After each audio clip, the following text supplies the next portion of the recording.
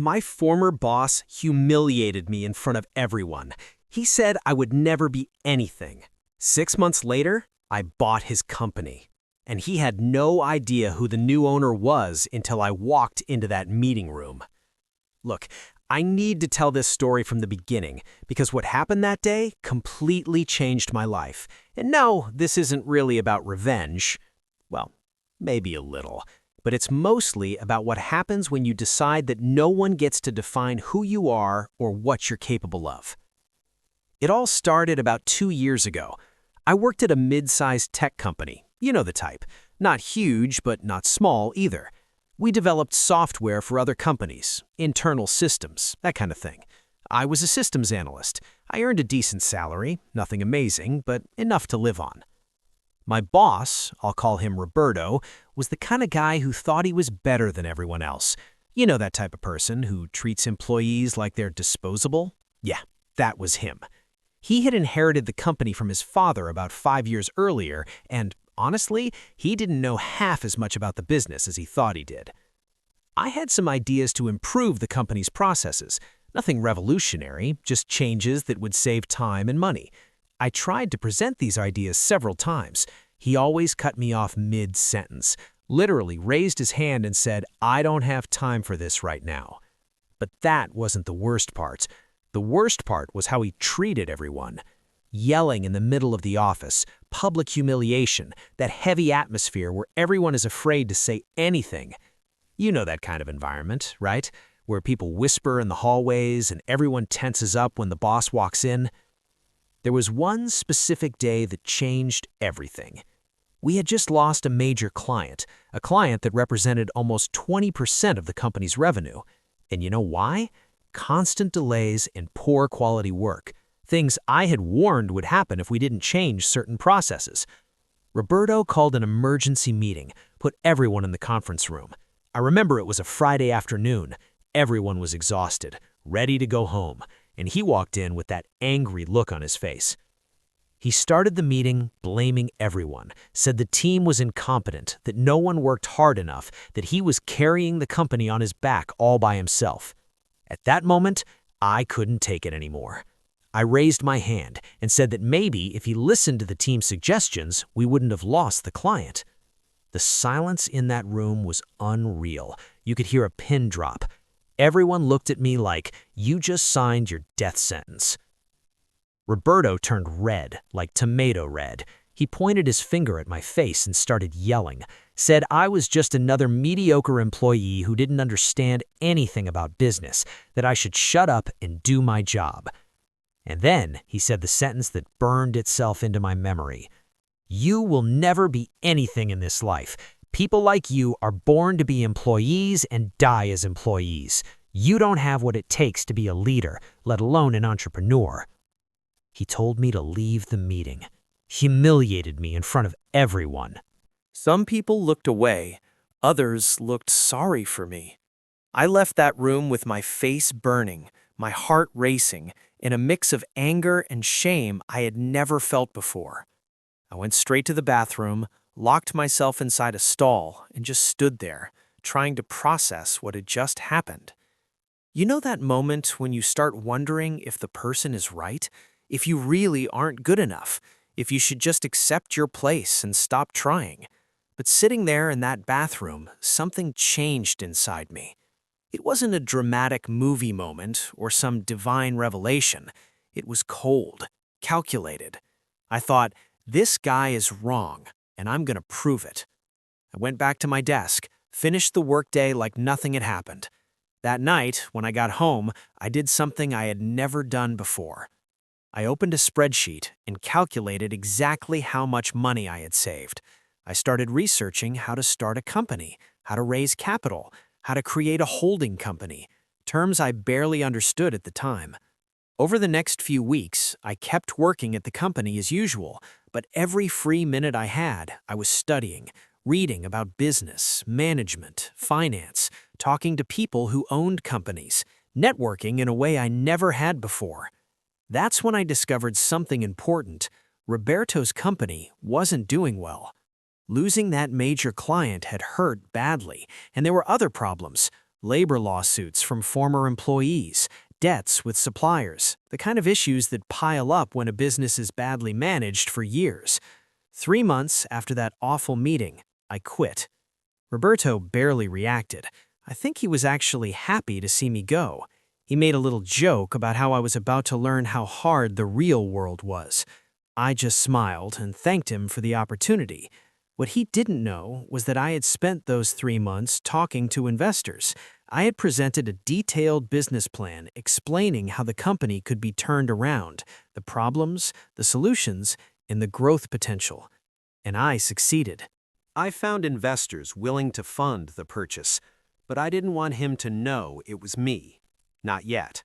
So I set up an anonymous holding company, a completely legal structure where the real owner doesn't have to appear publicly. I appointed a lawyer as the legal representative, a serious guy in an expensive suit, the kind of person who inspires confidence. Meanwhile, Roberto's situation got worse. More clients left, more employees resigned. The numbers stopped making sense. He needed money fast or the company would collapse. That's when my lawyer made an offer. A fair offer, based on market value and the company's problems. Roberto didn't have many options. He tried to negotiate a little, but in the end he accepted. He believed he was selling to a group of foreign investors. The lawyer had built a very convincing story. It took about 2 months to finalize everything. Paperwork, due diligence, all the bureaucratic steps involved in buying a company. During that time, I prepared myself, studied every detail of the business, planned the changes I would make, quietly talked to employees who were still there to understand the real situation. Then the day arrived, the first official meeting with the new ownership. Roberto had been told he would stay on as operational manager during a transition period. He was excited, thought he had made a good deal, that his position might even improve with new investors behind him. The meeting was scheduled for 9 a.m. on a Monday. I arrived 15 minutes early and waited in a side office. I could hear Roberto talking to the other managers in the hallway. He sounded confident, joking, saying the new owners must be smart for keeping him in charge. The lawyer entered the meeting room first. Roberto and the other managers were already there. Handshakes, business cards, small talk. The lawyer explained that the real owner of the holding company would personally attend the meeting, unusual, but he wanted to meet the team. Then it was my turn. I put on my best suit, took a deep breath, and opened the meeting room. Roberto's reaction was exactly what I had imagined. First, confusion, his brain trying to process why I was there. Maybe he thought I had been hired by the new owners. Then, suspicion, his eyes moving from the lawyer to me, trying to connect the dots.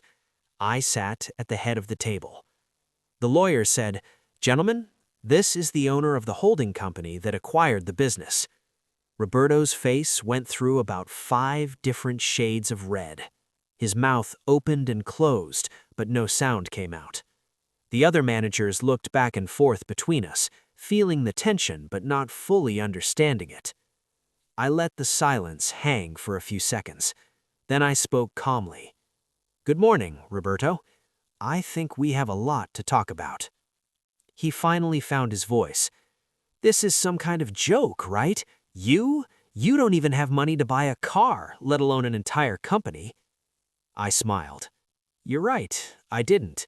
But when you have good ideas and know how to present them properly, people with money become interested in investing. Something you might have learned if you had listened to your team once in a while." The lawyer stepped in to keep things professional. He explained that the sale was legal, all documents were in order, and that this meeting was about the transition. Roberto crossed his arms. "Fine, you bought the company. Congratulations, but you have no experience running a business. You'll go bankrupt in 6 months." Exactly the reaction I expected, always underestimating others. I opened my folder and took out a document. "This is a complete restructuring plan. I've analyzed all the processes, identified the problems, and developed concrete solutions. I've also spoken with former clients. 3 of them are willing to come back if we implement the right changes, and I already have meetings scheduled with potential new clients over the next 2 weeks. I handed copies to everyone at the table. The other managers started reading. You could see it on their faces. They were impressed. These were the same ideas I had tried to present before, now fully developed. Roberto didn't take a copy. And what happens to me in your restructuring? I had thought long and hard about that moment. I could have humiliated him, fired him on the spot, made him feel what I felt. But I realized something. That wouldn't make me feel better. It would just make me like him. So I said, Roberto, you have 2 options. First, you can stay, not as operations manager, but as a consultant. You know the legacy clients, you know the company's history. That has value. But you'll follow the new processes and treat people with respect. No yelling, no humiliation, real professionalism. Second option, I offer you a fair severance package, above what's legally required, and we each move on without resentment.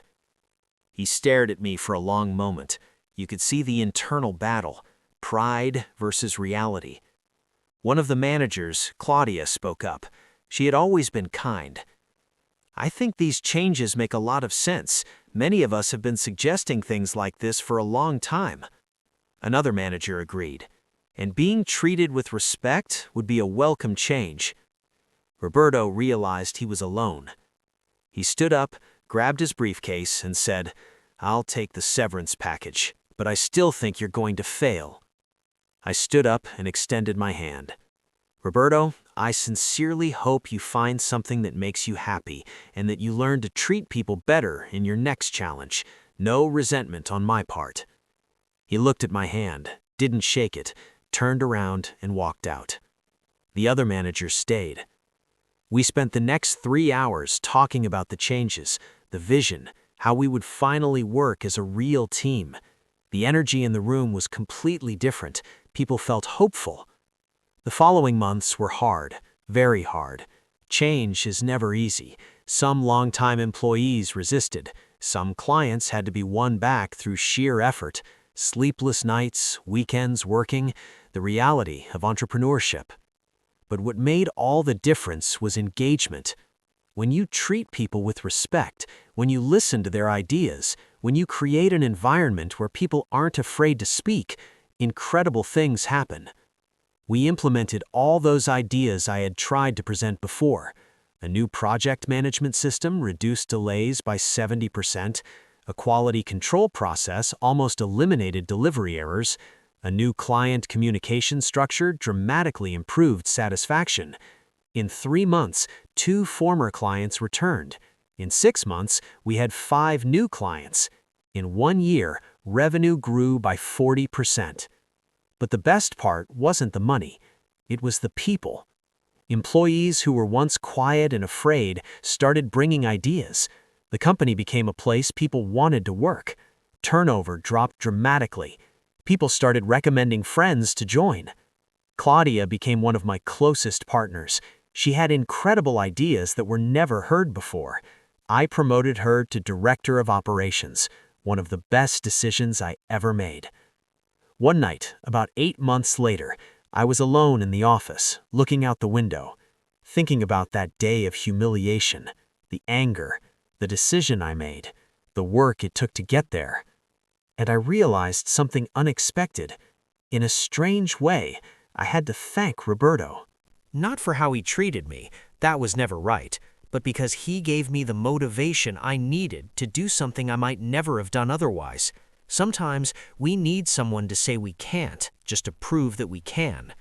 I won't lie, it wasn't perfect. There were doubts, nights waking up at 3 a.m. thinking about problems. Entrepreneurship isn't glamorous like social media makes it seem. As for Roberto, I heard he tried to start another business. It didn't work out. Last I heard, he was working as a freelance consultant. The most important lesson isn't about revenge. It's about not letting others define who you are or what you can do. How many ideas die because someone is afraid to speak up? How much talent is wasted because someone in power decides it has no value? The system is full of people in positions they shouldn't be in, people who inherited power but never learned how to lead. But here's the truth. They're wrong. The best response isn't to fight at their level, it's to elevate your own game, to prove it through actions, not words. Today, the company is 3 times bigger than when I bought it. We expanded into new areas, opened offices in 2 other cities, and, most importantly, built a culture where people know their voices matter. I always remember how it felt to be humiliated in that meeting room. Not to fuel anger, but to make sure no one who works with me ever feels that way. Leadership isn't about always being right. It's about creating an environment where the best ideas can emerge, no matter where they come from. There's a quote I like, "Success is the best revenge." But I disagree a little. Success isn't revenge. Success is freedom.